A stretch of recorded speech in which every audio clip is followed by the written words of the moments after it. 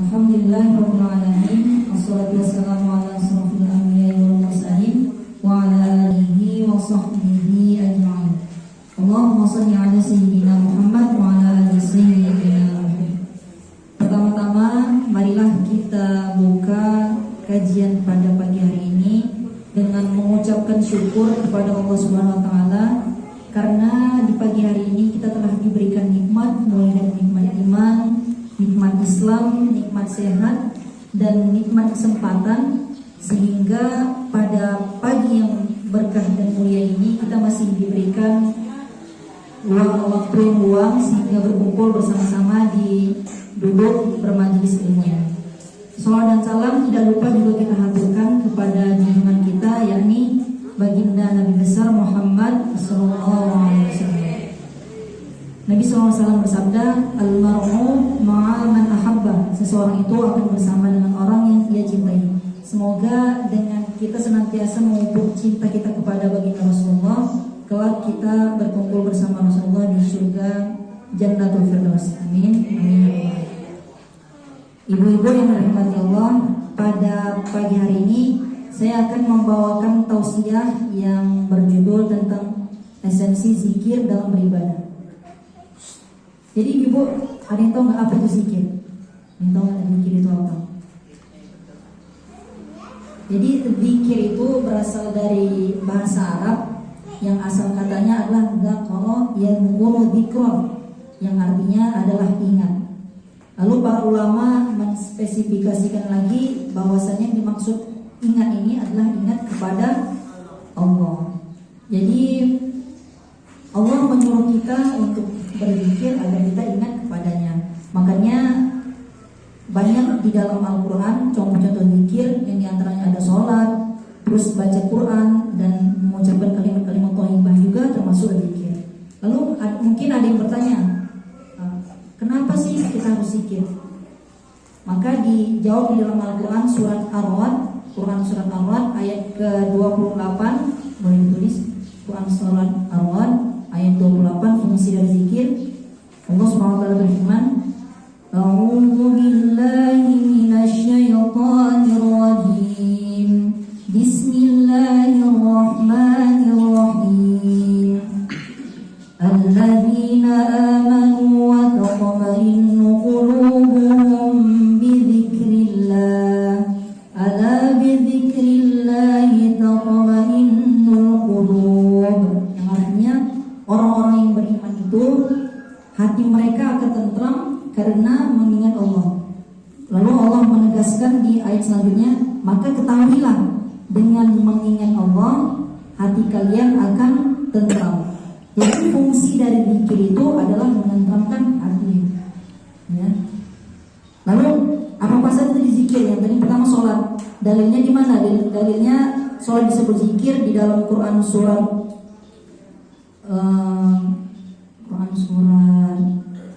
pokoknya serupa Quran sebenarnya. Ayatnya itu A'udzu billahi minasyaitonir rajim. Innani anallahu la ilaha illa ana fa'budni wa aqimis salata lidzikri. Yang artinya kata Allah, sesungguhnya kata Allah, aku ini Allah, kata Allah. Lalu Allah mengatakan tidak ada Tuhan selain aku, maka sembahlah aku, kata Allah. Caranya dengan mendirikan sholat waqimus sholat. Lalu di ayat selanjutnya waqimus sholat lidzikri. Fungsi dari sholat itu agar kalian ingat kepada Allah. Itu yang pertama, sholat. Makanya kalau misalnya kita sholat itu dari salam hingga dari takbir hingga salam, semua rangkaian bacaan dan gerakannya semuanya agar ingat kepada Allah. Mulai dari takbir misalnya, ketika kita takbir ya, Allahu Akbar, artinya Allah Maha Besar. Ketika kita mengucapkan Allahu Akbar, itu adalah zikir. Kita ingat kepada Allah dan kita mengatakan, mengikrarkan bahwasannya Allah Maha Besar. Lalu makanya sebenarnya ketika kita mengucapkan kalimat Allahu Akbar, kita sebenarnya harus merenung. Kita senantiasa mengucapkan Allah Maha Besar. Tapi kenapa di dalam kehidupan kita selalu merasa diri paling hebat, merasa diri bisa segalanya, merasa diri sombong, padahal kita berikrar ketika sholat itu Allah Maha Besar, Allah yang bisa segalanya, tapi kita terkadang sombong, padahal kita setiap takbir mengucapkan Allahu Akbar. Lalu ketika kita selesai takbir ada doa iftitah, doa pembukaan. Di doa iftitah juga ada zikirnya Allahu Akbar kabira, alhamdulillah katsira, subhanallahi bukratan wa asila, dan terusnya. Dan di akhir kita juga berdoa inna sholati wa nusuki wa mahyaya wa mamati lillahi rabbil alamin. Artinya sesungguhnya sholatku, ibadahku, dan hidup dan matiku hanya karena Allah. Lalu yang kedua adalah membaca Al-Quran. Membaca Al-Quran juga disebut zikir. Dalilnya di dalam Quran surat Al-Qamar, surat Al-Qamar ayat ke-17, ayat ke-22, ayat ke-32 dan ayat 40. Yang berbunyi walaqad yassarnal Qur'ana lidzikri fahal mim mudakkir. Yang artinya dan telah aku mudahkan, kata Allah, Al-Quran itu sebagai zikir, dizikir, sebagai agar kita ingat. Makanya ketika kita membaca Al-Quran, tujuan dari kita membaca Al-Quran, kita ingat kepada Allah. Dan fungsi dari kita ingat kepada Allah agar hati kita menjadi tenang, menjadi tenang. Makanya ketika kita membaca Al-Quran, ketika kita mentadabbur Al-Quran, pasti minimal ketika kita mendengar aja lah, hati menjadi tenteram. Terus yang ketiga itu adalah mengucapkan kalimat thayyibah. Kalimat thayyibah, ibu-ibu ada yang tahu nggak gimana kalimat thayyibah?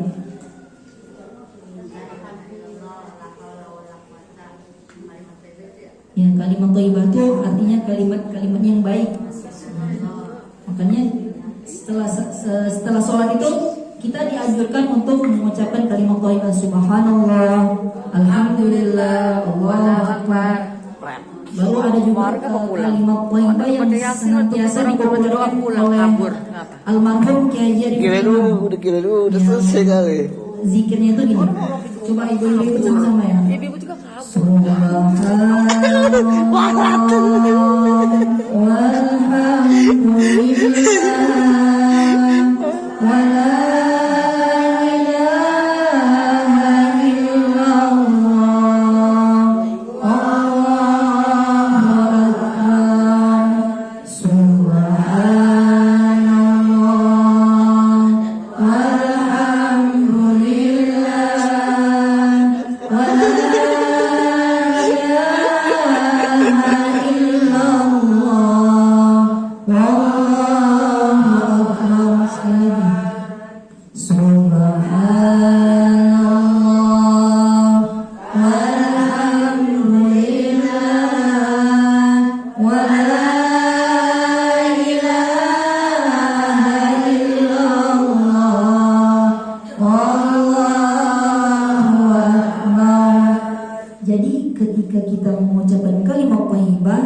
berzikir kepada Allah, maka kata Allah agar hati kalian tentram.